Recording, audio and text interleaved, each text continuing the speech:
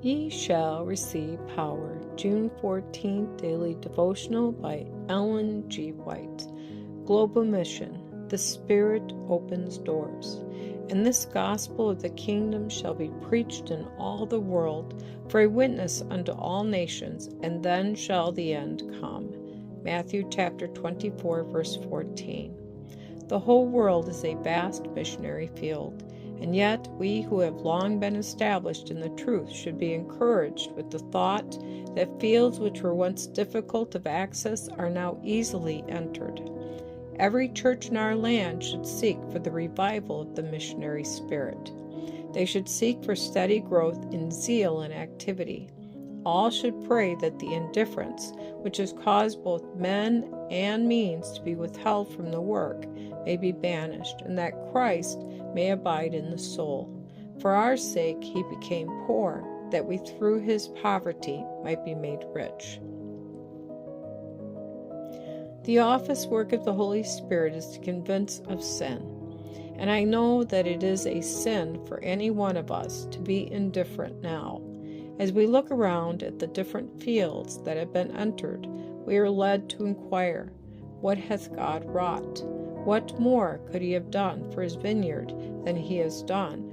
God has made provision to supply his rich grace, to give divine power for the performance of his work. Nothing is wanting on the part of God. The lack is on the part of the human agency, who refuses to cooperate with divine intelligences.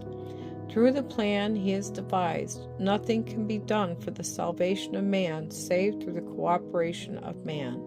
Sinners who have been blessed with light and evidence, who know that through grace that can be supplied to them, they may meet the conditions upon which salvation is promised, and yet who decline to make the attempt, have but themselves to blame for their own destruction.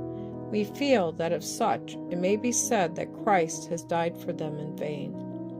But who is to blame for the loss of souls who know not God, and who have had no opportunity for hearing the reasons of our faith?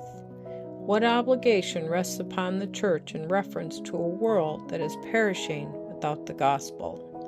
Unless there is more decided self-denial on the part of those who claim to believe the truth, unless there is more decided faithfulness in bringing all the tithes and offerings into the treasury, unless broader plans are laid than have yet been carried into execution, we shall not fulfill the gospel commission to go into all the world and preach Christ to every creature.